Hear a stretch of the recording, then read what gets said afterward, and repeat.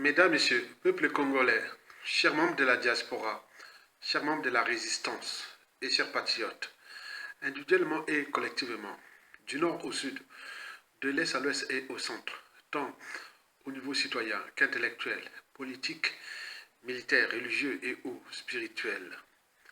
Je vous informe que pendant que nous, peuple congolais, vivons l'enfer sur terre, au regard du nombre de déclassés socio-professionnellement dans ce pays, où le pouvoir d'achat au Congo n'existe plus, puisqu'il y a tellement d'arriérés, des salaires, de pensions retraite et des bourses, qu'est-ce que ça peut faire?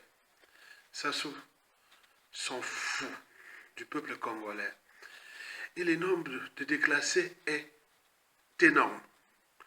D'ailleurs, le but de la condition humaine, sociale et existentielle au Congo n'a plus de sens ni signification, c'est-à-dire l'accès à l'eau potable, à l'électricité, à la mobilité, à l'éducation, au cadre de vie, tout est réduit au silence.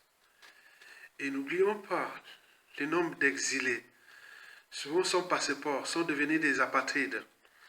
Le nombre élevé de prisonniers, dont les prisonniers politiques, le général Jean-Marie Michel Mokoko, qui rentre dans sa 10e année de prison pour rien, à ses 79 ans, vous imaginez. Le ministre Ondio Kombi Salsa, qui les avait aidés au coup d'État, regardez bien comment on l'a traité. Donc le nombre de prisonniers politiques. Et n'oublions pas les assassinats ciblés et ou de masse. Un pays qui est rentré dans le processus de carmonisation, de somalisation. Pendant ce temps, le despote Denis Sassou Nguesso, aux 10 étoiles des crimes multiformes, multidimensionnels, de la haute trahison et des tricheries électorales sans fin, organise des mariages somptueux de ses nombreux enfants adultériens avec les moyens de l'État et continue d'ailleurs à humilier le peuple congolais où il le conçoit comme ses sujets indigènes, esclaves, voire de bétail humain. Et lui se conçoit comme un concurrent armé sous protection de l'ordre France-Afrique. Et jusqu'à combien de temps encore? Mesdames, Messieurs, peuple congolais, chers membres de la diaspora, chers membres de la résistance, nous vivons une situation existentielle problématique. Mais patience, parce qu'on ne peut indéfiniment humilier un peuple.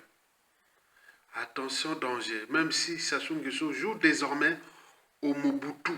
Souvenez-vous, à la fin de Mobutu, celui-ci organisait des mariages somptueux.